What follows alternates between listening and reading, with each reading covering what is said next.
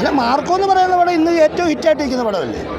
അപ്പോൾ ആ പടത്തിനെ കുറിച്ചല്ല ഞാനെന്താ പറഞ്ഞൊന്നും പറഞ്ഞ് വലിയ വിഷയം ഉണ്ടാക്കി.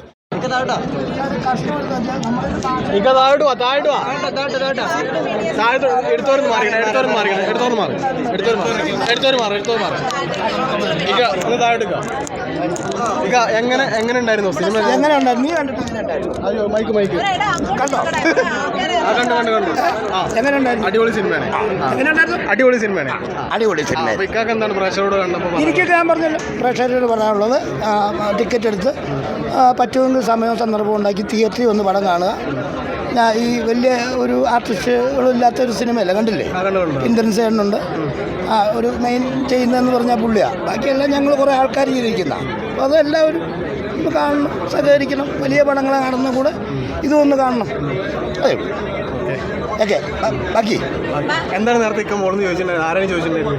ഏതാ തന്നെ ചോദിച്ചിട്ടുണ്ടായിരുന്നല്ലോ. അല്ലെന്ന് ഞാൻ ഈ കഴിഞ്ഞ ദിവസം ഒരു ഇൻ്റർവ്യൂ കൊടുത്തപ്പോൾ അതിനൊരു കഷ്ണം എടുത്തിട്ട് അതൊക്കെ എന്താ കാണിച്ചു വിട്ടേ? നീയാണോ? അല്ലല്ല, ഞാനല്ലേ. എന്നെപ്പോലെ താടിക്കാരനാണല്ലോ.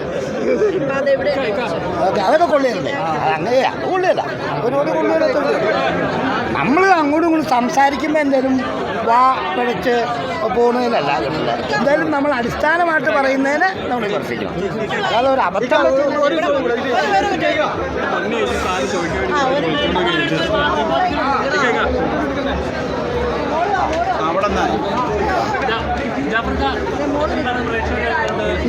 എല്ലാവരും കണ്ടവരൊക്കെ നല്ല പടമെന്ന് പറയുന്ന പോലെ നിങ്ങളും കണ്ടവർ പറയുന്നുണ്ടല്ലോ നല്ല പടമാണ്.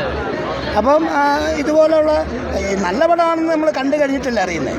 അപ്പോൾ പടം ഇറങ്ങുമ്പോൾ എല്ലാവരും മാക്സിമം തിയേറ്ററിൽ ടിക്കറ്റ് എടുത്ത് കാണാൻ നോക്കുക. നല്ല പടമാണെങ്കിൽ നല്ലതെന്ന് പറയുക. എന്തെങ്കിലും അഭിപ്രായ വ്യത്യാസം ഉണ്ടെങ്കിൽ അഭിപ്രായ വ്യത്യാസം പറയുക. അതേ ഉള്ളൂ. അപ്പം ഞങ്ങളെയൊക്കെ ഒന്ന് സഹായിക്കണം എന്നേ പറയുള്ളൂ. എല്ലാവരും നമ്മളിപ്പോൾ ഒരു അടിസ്ഥാനമായിട്ട് ഒരു സംഭവം ഇന്ന് നടക്കുന്ന ഒരു ആനുകാലിക പ്രശ്നം എടുത്തിട്ടാണ് കളിച്ചേക്കുന്നത്. അതിനകത്ത് തെറ്റും കുറവും കുറ്റമൊക്കെ ഉണ്ടാവും.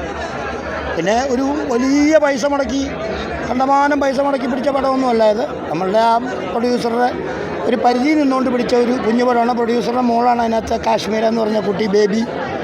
ആ കുട്ടി, പിന്നെ നമ്മുടെ മാമുക്കോയക്കയുടെ മോൻ നിസാറിനെയും ഇതിനകത്ത് അൻസാറിനെ ഇതിനകത്ത് ഞങ്ങളെല്ലാവരും വിളിച്ചിട്ടുണ്ട്. 2 പുതുമുഖങ്ങളെ ഞങ്ങളിവിടെ പരിചയപ്പെടുത്തി. ഒന്ന് ബേബി കാശ്മീര, പ്രൊഡ്യൂസറുടെ മോള് ഇവള്, പിന്നെ ഈ പറയുന്ന നിസാർ മാമുക്കോയ.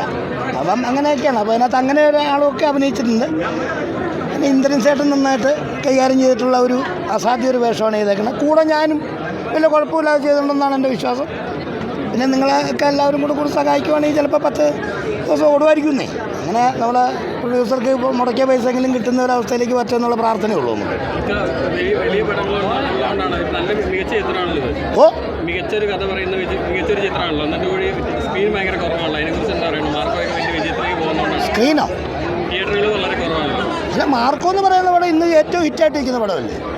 അപ്പോൾ ആ പടത്തിനെ കുറിച്ചല്ല ഞാനെന്താ പറഞ്ഞൊന്നും പറഞ്ഞ് വലിയ വിഷയം ഉണ്ടാക്കി. ആ കൊച്ചൊക്കെ നമ്മളെ ഏറ്റവും വലിയ അടുത്ത് കണ്ടു കഴിഞ്ഞാൽ വലിയ കമ്പനിയുള്ള കൊച്ചാട്ടോ. ഏത് ഉണ്ണി മൂന്നിനൊക്കെ ഒക്കെ എന്തെങ്കിലും ഒരു കഷ്ണം കിട്ടിയിട്ട് ആക്കി എടുത്ത് ചുമ്മാ എന്താണെന്നറിയാമോ, നമുക്ക് മാനസികമായിട്ട് ബുദ്ധിമുട്ട് വരും. ഇപ്പം നിങ്ങൾ എത്ര പേരിങ്ങനെ നിൽക്കുന്നുണ്ട്. ആ നിൽക്കുന്നതിനകത്ത് നിങ്ങളും ഇതുകൊണ്ട് ജീവിക്കുന്നില്ല അവനെ. നിങ്ങളും ഇതിങ്ങനെ കൊണ്ടു നടക്കുന്നത് ജീവിക്കാനാണ്. അപ്പോൾ ഒരാളെ ഇങ്ങനെ ക്രൂശിച്ചിട്ട് ഉണ്ടാകുന്ന ഒരു ഉണ്ടാക്കരുത്. നമ്മൾ അത് മനഃപൂർവ്വം പറയുന്ന ഒരു ഡയലോഗ് ആണെങ്കിൽ അതെടുത്തിട്ട് പെരുമാറണം. അവനെ കൊല വിളിക്കണം എന്ന് ഞാൻ പറയണം. അങ്ങനെ പറയുന്നവർ നമ്മൾ പറഞ്ഞു പോകുമ്പോൾ ഒരു നിസാര കേസൊക്കെ പറഞ്ഞ് ആക്കെ കൊള്ളിയാത്ത പരിപാടി. ആ പോട്ടെ ആക്കിയാൽ ആ കൊച്ചിനോട് ഞാൻ ക്ഷമിച്ചു, ആ കൊച്ചെന്നോട് ക്ഷമിച്ച് കാണും ചിലപ്പം. ഓക്കെ, അപ്പോൾ ഇത്തിരി ഓക്കെ.